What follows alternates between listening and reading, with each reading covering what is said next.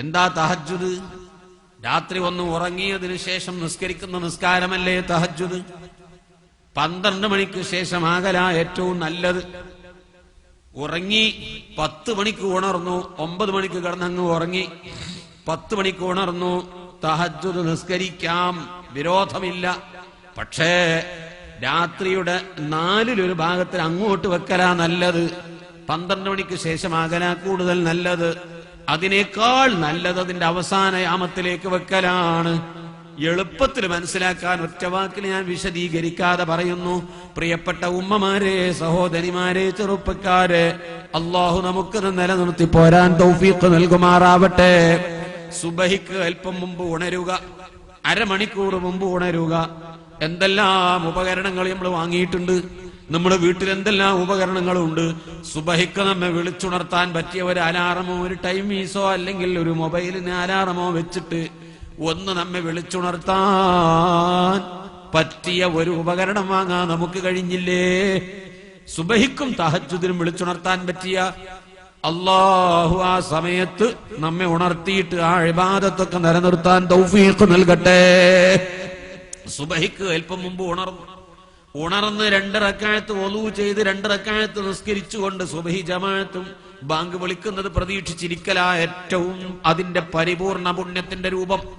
അങ്ങനെ തഹജ്ജുദ് ഉറങ്ങിയാൽ മാത്രമേ ഉള്ളൂ.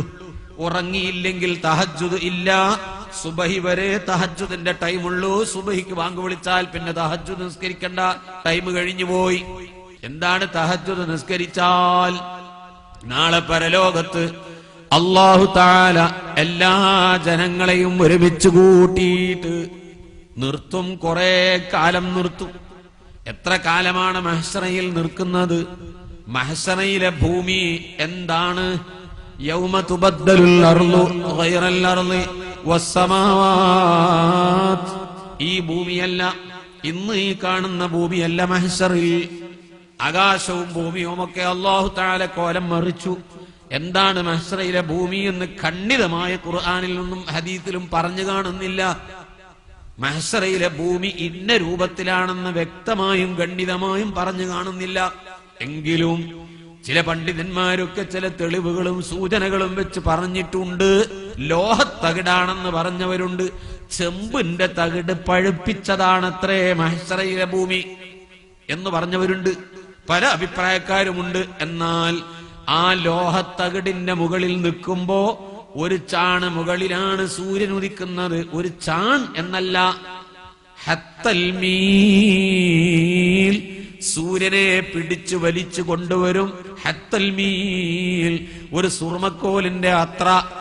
സുർമയിടാൻ വേണ്ടി ഇടുന്ന ചെറിയ അലൂമിനിയം പോലത്തെ കമ്പിയില്ലേ, ആ കമ്പി നെറുകിൽ വെച്ചാൽ, തലയിൽ വെച്ചാൽ സൂര്യന്മേൽ തട്ടത്തക്ക വിധത്തിൽ ഹത്തൽ മീൽ അതിങ്ങോട്ട് വലിച്ചു കൊണ്ടുവന്ന് കത്തിജ്വലിക്കുന്ന അഗ്നിഗോളമാകുന്ന സൂര്യന്റെ തീഷ്ണമായ ചൂടുകൊണ്ട് പഴുത്ത ആ ചെമ്പിന്റെ പലകക്ക് മുകളിൽ നിൽക്കണം.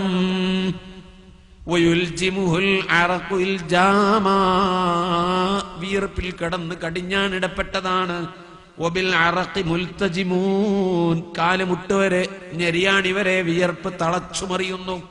കാൽമുട്ടുവരെ വിയർപ്പ്, നടുവരെ വിയർപ്പ്, പൊക്കിളുവരെ വിയർപ്പ്, മാറുവരെ വിയർപ്പ്, കഴുത്തുവരെ പലർക്കും പല വിധത്തിലാണ്. ഈ നിലക്ക് വിയർപ്പിൽ കടന്ന് കടിഞ്ഞാണിടപ്പെട്ടുകൊണ്ടിരിക്കുകയാണ്. എത്ര കാലമാണ് ആ നൃത്തം? അല്ലാഹു അലം, പടച്ചവനെ അറിയുള്ളൂ. 50,000 കൊല്ലം. ഈ കൊല്ലത്തിന്റെ കണക്ക് ദുനിയാവിലാ. രാവും പകലും. സൂര്യൻ അസ്തമിച്ചാലല്ലേ രാത്രി ഉണ്ടാകുക? സൂര്യ ഉദിച്ചാലല്ലേ പകലുണ്ടാകുക? മഹ്ശറിയിലുണ്ടോ സൂര്യ ഉദിക്കുന്നു അസ്തമിക്കുന്നു? അതുകൊണ്ട് അവിടെ രാവും പകലും പറയാൻ പറ്റൂല. രാവും പകലും പറഞ്ഞാലല്ലേ കൊല്ലം കണക്കാക്കുക? അതും പറയാൻ പറ്റൂല. പിന്നെ ഇപ്പൊ എന്താ ഈ 50,000 കൊല്ലം? അത് നമ്മക്ക് ദുന്യാവിൽ 50,000 കൊല്ലം എന്ന് പറഞ്ഞാൽ ഏകദേശം ഒരു കണക്ക് കിട്ടുമല്ലോ നമ്മൾക്ക് മനസ്സിൽ. മഹ്ശറിയിൽ 50,000 കൊല്ലം നിൽക്കുക എന്നാണ് പറഞ്ഞാല് അത് 50,000 എന്ന് പറഞ്ഞാൽ മഹ്ശറിയിൽ 50,000, ദുന്യാവിൽ 50,000, മഹ്ശറിയിൽ ഒരു ദിവസമായിട്ട് നിങ്ങൾ മനസ്സിലാക്കണം. എന്താണ് ഇപ്പൊ ആ നൃത്തത്തിന്റെ അവസ്ഥ? ആദം നബി അലൈഹി ഇസ്ലാമിനെ പഠിച്ച് അല്ലാഹു ദുന്യാവിക്ക് വിട്ടിട്ട് ഈ പ്രസംഗിക്കുന്ന ഞാനും നിങ്ങൾ ഈ ഇരിക്കുന്ന മജ്ലിസ് വരെ 10,000 കൊല്ലമായിട്ടും കേട്ടോ. ഇപ്പോഴേക്ക് 10,000 കൊല്ലം കഴിഞ്ഞിട്ടില്ല.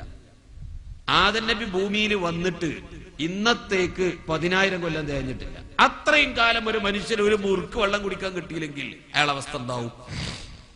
ഇത്രയും കാലം ഒരു മുറുക്ക് വെള്ളം കുടിക്കാൻ കിട്ടാതെ നിന്നാൽ അയാളെ അവസ്ഥ എന്തായിരിക്കും? അപ്പൊ മഹ്ശറിൽ 50,000 കൊല്ലം കണക്കൂട്ടി നോക്ക്. ഈ 50,000 കൊല്ലം എന്ന് പറയുമ്പോൾ 50,000 അല്ലേ ഉള്ളൂ എന്ന് കണക്കാക്കണ്ട. ഫിനിഷിംഗ് ഡേറ്റ് പറഞ്ഞിട്ടില്ല. ഏത് കാലം വരെയാണ് ആ നിൽക്കുന്ന നൃത്തത്തിന്റെ ഹദ് എത്രയാണ് ഒക്കെ അള്ളാഹുവിനെ അറിയുള്ളൂ. നമുക്ക് ഏകദേശം ചില ധാരണകൾ കിട്ടാൻ വേണ്ടി ചില കണക്ക് പറഞ്ഞു എന്ന് മാത്രം. അപ്പോ ഈ 50,000 കൊല്ലം കുറേ നിന്ന് വിഷമിച്ചിട്ട് നരകത്തേക്ക് പോയാലും വേണ്ടിയില്ല റബ്ബേ ഇവിടെ നിൽക്കാൻ വയ്യ എന്ന ഒരവസ്ഥ ജനങ്ങളിൽ വരും. അവര് പ്രവാചകന്മാർ, നിങ്ങൾ കേട്ട് പരിചയമുള്ളതാണ്, എപ്പോഴും ഞാനതൊന്നും വിശദീകരിക്കല്ല. പ്രവാചകന്മാരൊക്കെ കൈമലർത്തി, അള്ളാഹുവിന്റെ റസൂൽ ഇടപെട്ടു. ഷഫാഅത്ത് നടക്കാൻ പോവാണ്. എന്താണ് ആദ്യത്തെ ഷഫാഅത്ത്? എല്ലാവരെയും വിചാരണക്കെടുക്കുക. അതില് അള്ളാഹുവിന്റെ റസൂലിന്റെ ആ പ്രവർത്തനം അബൂജാഹിലിന് വരെ ഗുണം ചെയ്യും. കാരണം വിചാരണക്കെടുത്തൊരു തീരുമാനമാവുമല്ലോ. അപ്പോ നരകത്ത് കാണെങ്കിൽ നരകത്തേക്ക്, സ്വർഗത്ത് കാണെങ്കിൽ സ്വർഗത്തേക്ക്. ഇത് ഒന്നുമില്ലാത്തൊരു നിർത്തല്ലേ? ഈ വിചാരണക്കെടുക്കുന്നതിന് മുൻപ് അള്ളാഹു ആദ്യം ചെയ്യുന്ന പണി എന്താ? മഹ്ശറയിലെ ആദ്യത്തെ അനൗൺസ് എന്താണ്? അള്ളാഹുവിന്റെ റസൂൽ ഇടപെട്ടു. അള്ളാഹുവിന്റെ ഭാഗത്തുനിന്ന് ഒരു തിരുനോട്ടവുമില്ലാതെ നിൽക്കുന്ന നൃത്തത്തിന് അറുതി വരുത്തി ഇതൊരു തീരുമാനം എടുക്കാൻ പോവാണ്. ആ തീരുമാനമെടുക്കുന്നതിന് മുൻപ് ആദ്യത്തെ അനൗൺസ് മഹ്ശറിൽ എന്താണ്? അള്ളാഹുവിന്റെ ഭാഗത്തുനിന്ന് അയ്നല്ലദീന കാനത് തതജാഫാ ജുനൂബുഹും അനിൽ മളാജിഇ യദ്ഊന റബ്ബഹും ഖൗഫൻ വതമാ. തഹജ്ജുദ് നിസ്കരിച്ചവരെവിടെ? ഇങ്ങോട്ട് വരൂ. ഇതാണ് മഹ്ശറിൽ ആദ്യം കേൾക്കുന്ന അനൗൺസ്. വഹും ഖലീൽ, കുറച്ച് ആൾക്കാരെ ഉണ്ടാവുള്ളൂ. റസൂൽ പറയാ മഹ്ശറിയുടെ പല ഭാഗത്തുനിന്ന് അവിടുന്ന് കുറച്ച് ആൾക്കാർ, ഇവിടുന്ന് കുറച്ച് ആൾക്കാർ, ഇങ്ങനെ എല്ലാവരും കൂടിയിട്ട് വന്നു നോക്കുമ്പോ കുറച്ചാളേ ഉള്ളൂ. ഇത് വളരെ അപേക്ഷിച്ച് വളരെ പരിമിതമായ ആൾക്കാരെ ഉണ്ടാവുള്ളൂ. ഇത് മുടങ്ങാതെ തഹജ്ജുദ് നിസ്കരിച്ച ആൾക്കാർ. ആ ആൾക്കാരെല്ലാം കൂടി ഒരുമിച്ച് കൂടിയിട്ട് അവരോട് എന്ത് പറയും? പൊയ്ക്കോ, സ്വർഗത്തിലേക്ക് പൊയ്ക്കോ. എന്നിട്ടാണ് മഹ്ശറയിലെ മറ്റു തുടർ നടപടികൾ നടക്കുക.